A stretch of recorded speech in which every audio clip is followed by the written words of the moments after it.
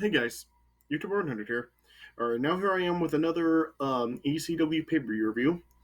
And now next up, this is going to be a review for ECW Guilty as Charged 1999.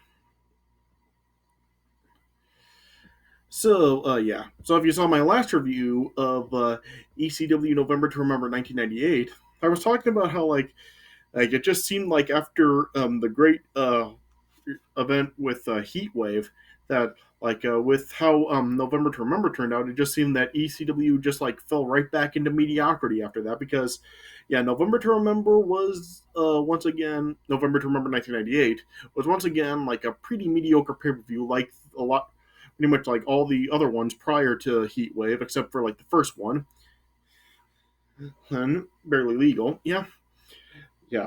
So it really did seem like ECW had just really like fallen right back into the mediocrity after a heat wave. So going into this pay per view, I was really thinking that probably like it was going to turn out the same, just like a pretty mediocre pay per view. And it seems like that it really is like how it does come off for a lot of people. But me personally, I actually did think that this was like a pretty solid pay per view, to be honest. I mean, it wasn't like the great pay per view like Barely Legal and Heatwave. But yeah, I did actually find myself like enjoying enough about the pay per view to actually say that I think it was like it was a pretty solid show. I mean this pay per view like it did like have a number of like pretty enjoyable matches on here, especially like the last three matches I thought were pretty good. Yeah, and there was even like another match on here that I did think like was pretty good as well. So what can I really say? I mean it's not like a great pay per view like Really Legal and Heatwave were, but yeah, overall I do think that this was a solid show, and quite honestly, I would give it a pass. I did find myself enjoying enough about the show to say that I do think that overall, yeah, it was a pretty solid pay per view. So it does look like maybe ECW really is now like starting to step it up and really yeah, improve in the quality of the pay per views. I can really just hope that with the following ones that like it'll continue on, and yeah, they will actually put out some pretty soft pay per views. But I'll just like have to see how they turn out as I continue watching them. Yeah, but overall with this one, yeah, it does look like ECW really is getting on the right track with it. All right, so I guess I'll just start talking about the show. All right. So the show opened up. It was scheduled to just be like a regular tag match with the FBI, which was Little Guido and Tracy Smothers, versus Danny Doring and Roadkill. Yeah. So it was just scheduled to be a tag team match between the two teams. And then they started to just go at it with each other for like a minute or two. But then Axel Rotten and Balls Mahoney then came out, and they said that they were going to make this match a three-way dance. So it ended up being a three-way dance between the three teams. And overall, I actually did find myself enjoying this. Like, I did think that this was like an enjoyable brawl between the three teams. Like, it was really just like all six guys really like fighting with each other. So yes, that is really like what it was. So it was really more of just like a brawl than it was like an actual match. But yeah, I did find myself actually enjoying this. Like, yeah, I really just did like seeing like all six guys really just like fighting with each other, and there were like some double team moves by like the teams in the match. Yeah, then eventually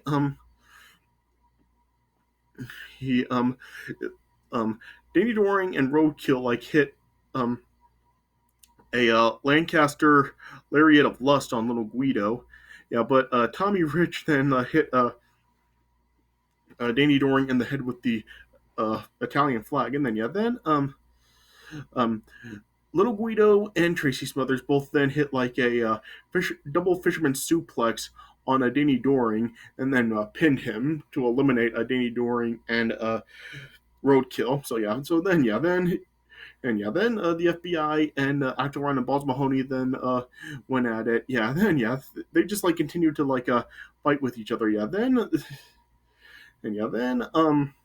eventually Balls Mahoney nailed a Nutcracker Suite on Tracy Smothers, and Action Ron hit a inverted DDT onto Little Guido, and then both Action Ron and Balls Mahoney pinned Little Guido and Tracy Smothers at the same time. So so Action Ron and Balls Mahoney then got the win. So overall, while this match really wasn't any classic or anything, I did actually find myself enjoying this. I did think that this was an entertaining brawl between the three teams. So I would give that probably I guess I would give it 2 3/4. Yeah, an entertaining fight between the three teams. Yeah. Yeah. And then the next match, then we had Super Crazy versus Yoshihiro Tajiri. Yeah, and the ECW pay-per-view debut of both guys. Yeah, and this was a pretty good match right here. Yeah. Tajiri was really wearing some different attire than what we're used to seeing him in. Tajiri wore some blue tights with the Japanese flag on it. Yeah. But yeah, this really was a pretty good match. These guys really did work really well together. It just was a very fast paced back and forth match. Some high flying moves, some counters throughout the match. Yeah, it really was a pretty good match between these two guys.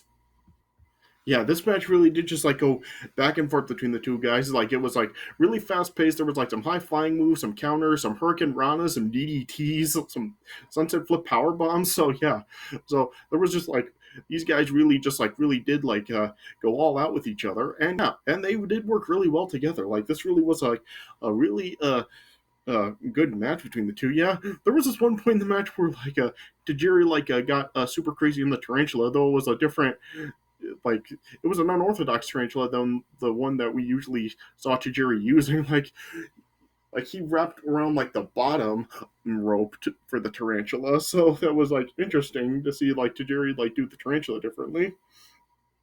Yeah, and at one point Super Crazy hit a tornado DDT onto Tajiri. Yeah, then at one point Tajiri he then hit a flying DDT onto a Super Crazy.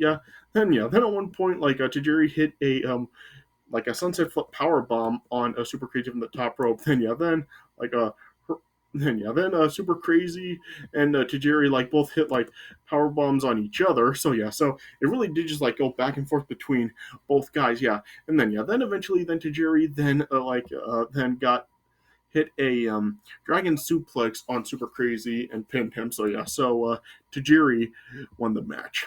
So this really was a really good fast-paced match between the two. So really did enjoy this match a lot. Yeah, so I would probably give that match 3.5 stars. Really good match between the two. Yeah. Yeah. Then the next match, you had John Kronus coming out. Yeah. Then Judge Jeff Jones then came out and introduced John Kronus's opponent, who turned out to be Sid Viscious. Yeah. And this really was just a 90-second match. All it really was Sid a choke slammed Kronus out of the ring through a table. Yeah. Then hit 3 chair shots on Kronus. Yeah. Then eventually hit brought John Kronus back in the ring and hit a power bomb on him and pinned him. So this really was just a squash match for Sid Vicious to really just show how powerful he was, basically. So it was a 90-second match, so I'm really not going to rate it because, it was just a 90-second match, so there's really no point in rating it. So yeah. Then next up, we had next up was the Dudley Boyz versus New Jack and Spike Dudley. Yeah, and this really was the three-way dance. This really was just a brawl between both teams. They really were just beating the hell out of each other. Yeah, there was these cool moments where Bubba at one point Bubba had Spike in the ring, and Bubba actually threw Spike out of the ring into the crowd. Yeah. But the crowd actually did catch a Spike when Bubba threw him. Yeah. Then Bubba tried to do it again from the rampway, but once again the crowd ended up catching Spike. Yeah. Yeah, and it really was just like both teams really just beating each other down. There was like this one point where like New Jack and Spike were armed with guitars, and the Dudleys were armed with chairs. Then like the Dudleys tried to like I think uh, well yeah, a New Jack and Spike tried to hit the Dudleys with the guitars, but the Dudleys were able to move. But then Big Dick Dudley then got into the ring, and both Spike and New Jack smashed the guitars over Big Dick Dudley's head. Yeah. Then at one point, then a Spike then uh, hit um, a a Dudley dog, I believe it was, onto Bubba, but yeah, then Spike then like tried to like do a Dudley dog to Big Dick Dudley, but Big Dick Dudley tossed him away. Yeah, then the Dudleys then hit a 3D on Spike, and then the Dudleys then pin Spike, and the Dudleys got the win. So this really was just a brawl between the two teams. But yeah, there were like some cool spots, such as the spots where Bubba was threw Spike into the crowd. So I guess I would probably give that match like 2 stars. Then next up, then we had the ECW television title on the line. It was Rob Van Dam defending against Lance Storm. And yeah, this was a really good match too. Yeah, these guys really did work like really good together. Like, I think, yeah, like originally RVD was like scheduled to face, I think it was Masato Tanaka, but yeah, Masato Tanaka like was unable to make it to this show. So yeah, so they had Lance Storm fill in for Masato Tanaka. Yeah, and this really was like a pretty good match right here. It was like a pretty good back and forth match between the two of them. Like there were like some high flying moves in the match, like it like spilled to the outside of the ring. Yeah, there was this one point in the match where like RVD like tried to like do a moonsault from the ropes to Lance Storm, but Lance Storm like kicked RVD he off the ropes, and RVD like fell to the outside and hit his face on like his face landed on the guardrail. Yeah, and it looked like RVD may have broken in his nose right there. And yeah, this really was just like a really good back and forth match between the two. There was like one point where Lance Storm like bounced off the ropes to the outside of the ring, over the guardrail, into the crowd onto RVD, which was pretty cool. And there were like some high fly moves in the match. Like Lance Storm was able to like counter a lot of RVD's like high flying moves throughout the match. And there were just like some high flying moves like Lance Storm like countered. I think like one at one point RVD like was trying to like dive on him and countered with a spinning heel kick. And there was like some usage of the chair in the match. Like at one point, like a Van Dam like used the Van Daminator to kick a chair back into Lance Storm's head. Then at one point RVD then tried to do it again, but Lance Storm was able to dodge it, but the referee ended up getting hit with the chair with the from the Van Daminator. Yeah.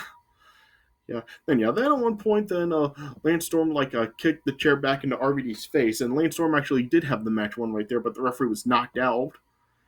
Then RVD then kicked the chair back into Lance Storm's face again. Then tried to go for the 5-star frog splash, but Lance Storm moved out of the way. And then eventually, then RVD then like got Lance Storm in a German suplex pin and was able to pin him. So RVD won and RVD retained the TV title. So once again, a really good match right there. So yeah, I would give that probably 3.5 stars.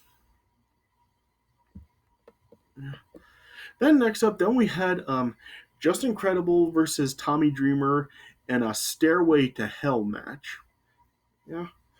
And overall, this match it was good. Yeah, this was a good match, but yeah, not like a really good match or a great match. It was just good. It was just like a yeah, like a yeah. It was really just like both guys really just like a beating each other up.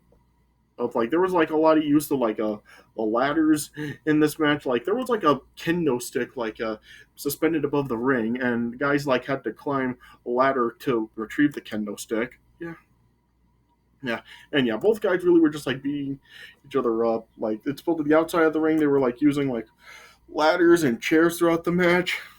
Yeah, they Yeah, yeah, they like threw each other on chairs in the match. Like there was this one point where Tommy Dreamer like actually had like a ladder on the outside of the ring, and both Just Incredible and Jason tried to like a baseball slide the ladder into Tommy Dreamer, but Tommy Dreamer saw it and lifted the ladder up, and they just like slid underneath the ladder. Then Tommy Dreamer just pulled the ladder back and nailed both Just Incredible and Jason with the ladder. Yeah, and yeah, then at one point, like as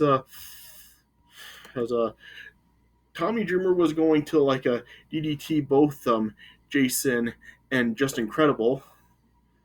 Well, then we then Jazz then came out and then attacked Tommy Dreamer, and then it helped Just Incredible continue to gain an upper hand,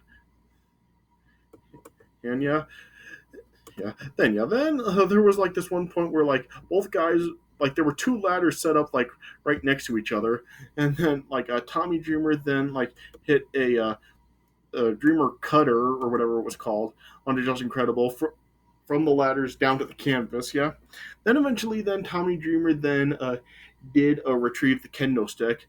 Yeah, and then as he was preparing to hit Just Incredible with the kendo stick. Then Terry Funk then came out with a trash can and nailed Tommy Dreamer with the trash can. Um, then Just Incredible then hit Tommy Dreamer with a That's Incredible onto a ladder and pinned him. So Just Incredible won the match. Yeah, and then afterwards Terry Funk just attacked Tommy Dreamer or some more. Yeah, this was still the whole thing with Terry Funk pissed off at Tommy Dreamer for turning on him, like what I was talking about in my last review. Yeah, so this was still during that whole storyline. Yeah, but yeah, that was overall a good match. Probably could have been better, but yeah, still overall we did have a solid match there. So I would give that probably 3 stars. Yeah. And then we got the main event for the ECW World Championship. It was Shane Douglas defending against Taz. Yeah. And overall, I did like this match. I did think that this was a pretty entertaining match. Yeah. I mean, yeah, it was just like the whole. Yeah, I mean, this was you just had this whole story of Taz just wanting to be ECW champion with him carrying around that FTW belt that I was talking about before. Yeah. So finally have the match where Taz is finally challenging for the ECW championship. Yeah, and I actually did like this match. Yeah, both guys really were just beating each other up, and then they were fighting all over the crowd, how and stuff. Yeah, they were just fighting up all through the crowd. Yeah, and then they were fighting right underneath a barricade. They were trying to suplex each other over the barricade and stuff. Then eventually hit came back into the ring. Some usage of a table at one point. Taz belly to belly suplex Shane Douglas right through a table. Yeah. Then during the match, then had the appearance of Sabu. Sabu then came out and attacked both Shane Douglas and Taz, and even splashed Taz through a table. Well, yeah. And then it looked like after that, Shane Douglas could have possibly won, but Taz survived. Hive did, kicked out of a pin from Shane Douglas. Yeah. Then Shane Douglas then tried to call out the triple threat for help. Yeah, but only Sonny appeared. Yeah. Then Sonny went face to face with Francine, and Sonny and Francine started to go at it, but then Chris Candido then restrained Sonny, and Shane Douglas restrained Francine. Yeah, but then Chris Candido then attacked Shane Douglas. Then eventually then Taz hit a T-bone Tazplex on Shane Douglas, and then got the Taz mission in on Shane Douglas, and then eventually Shane Douglas just ended up passing out. So Taz won the ECW championship. So yeah, so that overall I did actually enjoy. Like I did think that it was like an entertaining match. So I would probably give that 3 stars. Yeah, and plus yes, Taz winning the ECW title was also a pretty nice moment as well. So yeah, so I give that 3 stars. So overall with the show, I guess I would probably give it a 7 out of 10.